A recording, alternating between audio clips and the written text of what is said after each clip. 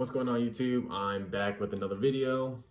Thank you for all the subscribers that have subscribed to my channel. I know my channel is really small, but been really getting into cycling lately, and I've been trying to push out a little more content for those who are interested in a Specialized Sirius X 2.0, which I previously had and ended up getting rid of. I ended up not losing anything off of it just because of Corona and the bike shortage that people are willing to pay MSRP plus tax for it, and the bike wasn't really ridden too much. I think a total of like 200-300 miles. Some guy was happy to take it off my hands, so I ended up doing that and then waiting a month later to pick up my next bike, which I have right over here. And if you're clicking to this title anyways, you know it's a 2021 Giant Contend AR1. Just wanted to give a little bit of information on the bike. I don't want to get too deep in details, but if you are looking to get out of a hybrid bike or a fitness bike into an endurance, gravel, or road bike, kind of want to give my personal thoughts on it and what I've done and how I feel about this bike so far. It's been about 30 miles on the bike and it's very good to me. I think it was definitely a huge upgrade in price, components, and all that.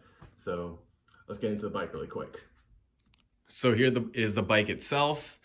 Like I said, it's a Giant Contend AR1 in a metallic navy colorway. It is a size large. I am 6'2". This fits me perfectly. I tried a medium large just to make sure, and that one was a tiny bit too small. And then of course the extra large was definitely out of the question, so I didn't even try to bother with that. But really quick, let's just get into the specifications of the bike.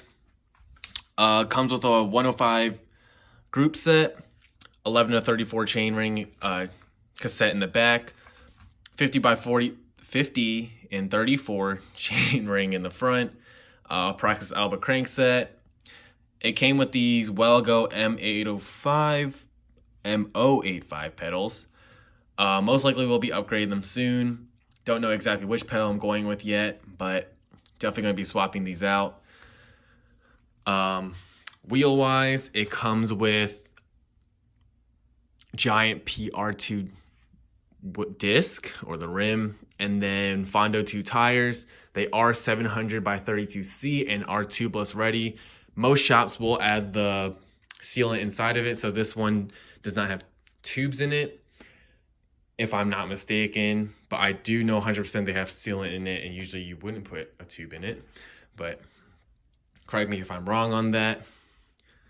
Comes with the frame is aluminum, or the Alex naming by Giant, a carbon fork. Comes with 105 hydraulic brakes, 105 shift levers for both sides, a defuse handlebar, conduct stem, and then a defuse seat post. So with the defuse technology, it's supposed to have a little more, it absorbs the vibrations a little more. So if you're going a little more bumpy roads, a little bit of gravel or whatnot, it's supposed to help ease some of that vibration so it doesn't feel as rough on you. It comes with a Giant Approach seat, which is different from the 2020 model, and I think that is like the upgrade. And I think one more thing is upgrade. So the price point is $100 more at $1,650. Kind of wish it was at a $1,550 price point or even $1,600, but I honestly can't complain because Giant puts out great bikes at a lower price range compared to Specialized, Trek, Cannondale, etc. So the exact same bike at a different brand would probably cost an extra $100 to $200, $300, depending on whatever you're looking for.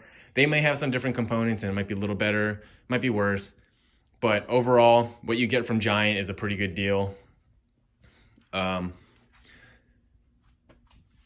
Bag is off Amazon. Lights are also off Amazon, so I don't really do anything too crazy. I just put phone, wallet, extra tools inside of there, and a spare tube just in case anything does happen. And then I think that's about it on the bike. Like I said, I've ridden it about for 30 miles so far. It's been really nice. Getting used to the drop bars, because going from flat bar to drop bar is not a huge change, but is definitely different.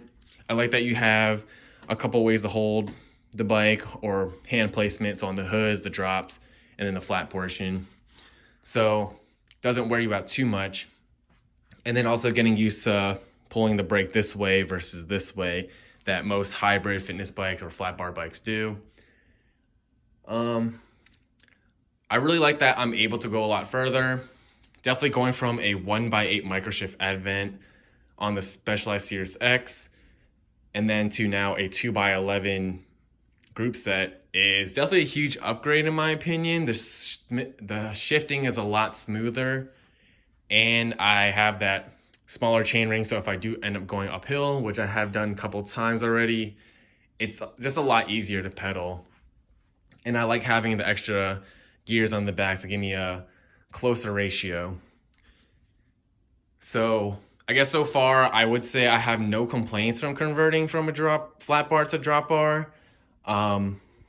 Even though the price is a lot more, I believe the Specialized Sirius X at the time I bought it was $600, and now it's $650 on their website, and then this is a $1,650 bike, so you are paying $1,000 difference, but you are getting much better components, lighter bike by I think a couple pounds. I think this is about 21 to 22 pounds.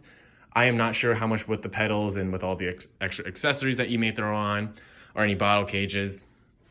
But it is definitely a lot lighter than the Sirrus or any other hybrid bike I've ridden, and you can go a lot faster.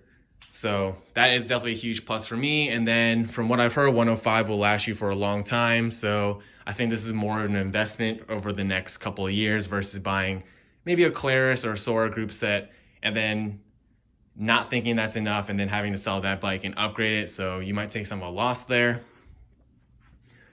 But my transition's been pretty good so far. It definitely does, like I said, it takes time to get used to this. And then shifting sideways versus shifting, pushing here and there. Yeah, like I said, no complaints. I do remember from my last video, I said I probably wouldn't sell the bike just because it's nice to have two kind of bikes, but I think this type of bike is great as an endurance bike. It's more upright, not as upright as a fitness or hybrid bike, but it's still more comfortable than a straight road bike. And just because of that price point, it was better for me to sell my last bike just so I can kind of ease the price point on this one, even though it is quite expensive. And then if you also have any questions, please comment down below. I'll try to answer it the best I can.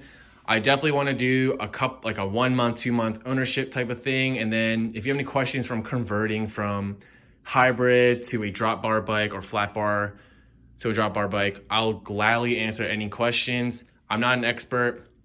Obviously this is probably going to be for those who are clicking and trying to buy a Giant Contend AR1. And yeah, it's like I said, it's been a great bike. Tire clearance wise, I forgot to mention, on the website it can take up to 38 millimeter. I've seen someone online put 40 Cs on their bike and they have no rubbing whatsoever with a little bit of room.